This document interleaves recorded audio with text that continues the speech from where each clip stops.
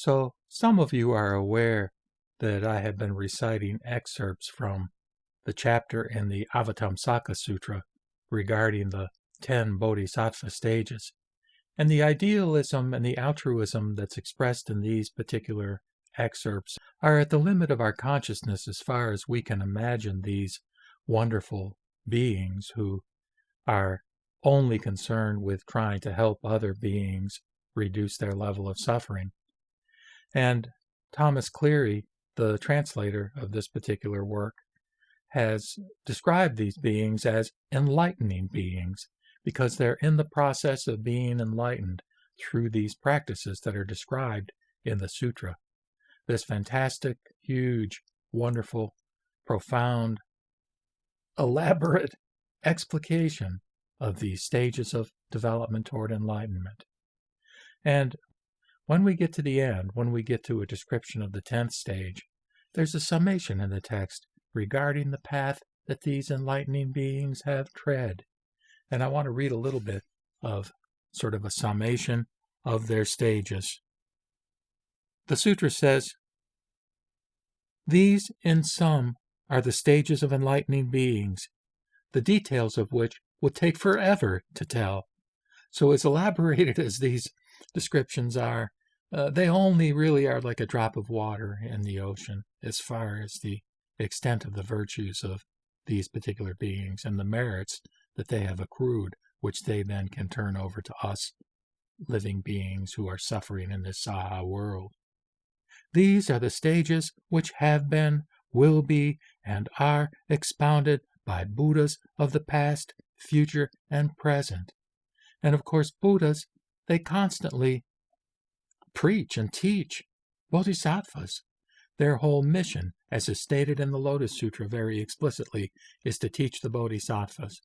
And why? Because it's these cosmic great beings, these enlightening beings, these Bodhisattvas, who are the ones who implement the compassionate actions, the expedient means which the Buddha intends for our salvation and for our comfort and relief of our suffering.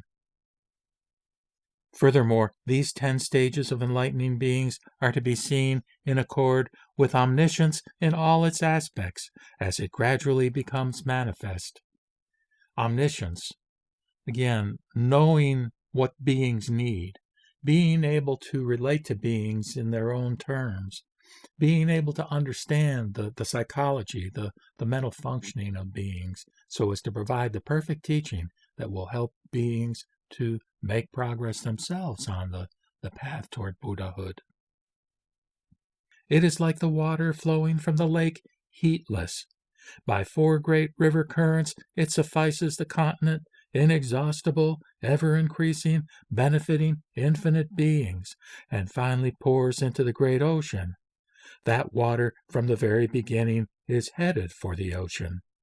In the same way, the water of roots of goodness flowing from the great lake of the will for enlightenment, by the currents of 4 great vows and integrative methods of salvation, suffices all realms of beings, inexhaustible, ever-increasing, benefiting infinite beings, and finally pours into the great ocean of complete omniscience. That water of roots of goodness from the very beginning is headed for the ocean of omniscience. So again, how to help infinite beings, taking these great vows and the will for enlightenment, bodhicitta, the initial aspiration for enlightenment that leads to the motivation and the will to follow these stages to their fruition, to the 10th stage and beyond, to Buddhahood. Furthermore, those 10 stages of enlightening beings are manifested based on enlightened knowledge. It is as the 10 great mountains are manifested based on the earth. They are like the snowy mountains, intoxicating with fragrance mountain, crystal mountain, wizard mountain, yoke-bearing mountain, horse-ear mountain, fish-holding mountain, the circular enclosure mountains, endowed with brightness mountain, and the polar mountain, wonderfully high. Just as the snowy mountains are mines of all kinds of medicinal plants which may be collected without exhausting them, in the same way an enlightening being in the stage of joy becomes a mine of all worldly poetry, writing, and the science of magic spells, which may be applied endlessly. Just as the mountain intoxicating with fragrance is a mine of all kinds of fragrances, whence all kinds of fragrances may be collected inexhaustibly, an enlightening being in the stage of purity becomes a mine of the fragrance of all the ethical conduct of enlightening beings, whence the fragrance of all ethical conduct of enlightening beings may be collected inexhaustively. Just as Crystal Mountain is a mine composed of pure jewels, from which all kinds of jewels may be taken inexhaustibly, in the same way an enlightening being in the stage of refulgence becomes a mine of all worldly meditations, mystic knowledges, liberations, concentrations, and attainments, inexhaustible in answering questions about all meditations, mystic knowledges, liberations, concentrations, and attainments in the world. Just as Wizard Mountain is a pure jewel abode of wizards with 5 mystic knowledges, where there are countless such wizards, in the same way an enlightening being in the stage of blazing becomes a mine of higher knowledge of penetration and explanation of all paths to liberation, and paths that do not lead to liberation, inexhaustibly in answering questions with higher knowledge of the disparity between liberative paths and non-liberative paths.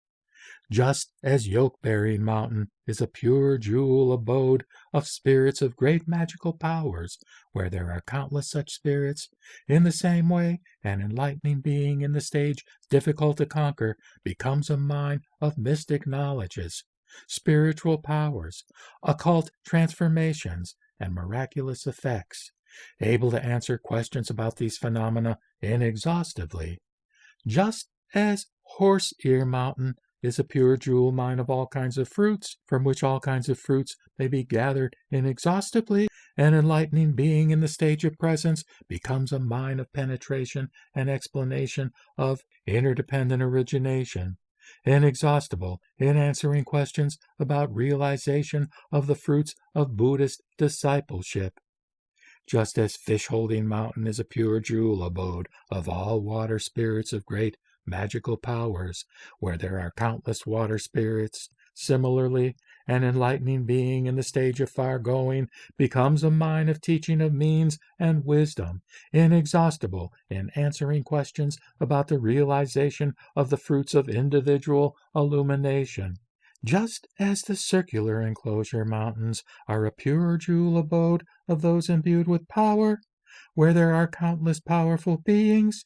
similarly, an enlightening being in the stage of immovability becomes a mine of effects of powers of enlightening beings, inexhaustible in answering questions about the differentiation of worlds. Just as the mountain endowed with brightness is a pure jeweled home of Titans with great magical powers, where there are countless Titans, similarly, an enlightening being in the stage of good mind becomes a mine of application of knowledge of the becoming and passing away of all beings, inexhaustible in answering questions about the formation and disintegration of all worlds. Just as the mountain wonderfully high is the pure jewel home of divinities of great power, where the divinities are countless, similarly an enlightening being in the stage of cloud of teaching becomes a mine of the powers, expertises, and unique qualities of Buddhas, inexhaustible in answering questions about the manifestation of the works of Buddhas. Just as these 10 great mountains exist in the ocean and appear from the ocean, in the same way these 10 stages of enlightening beings exist in omniscience and appear from omniscience.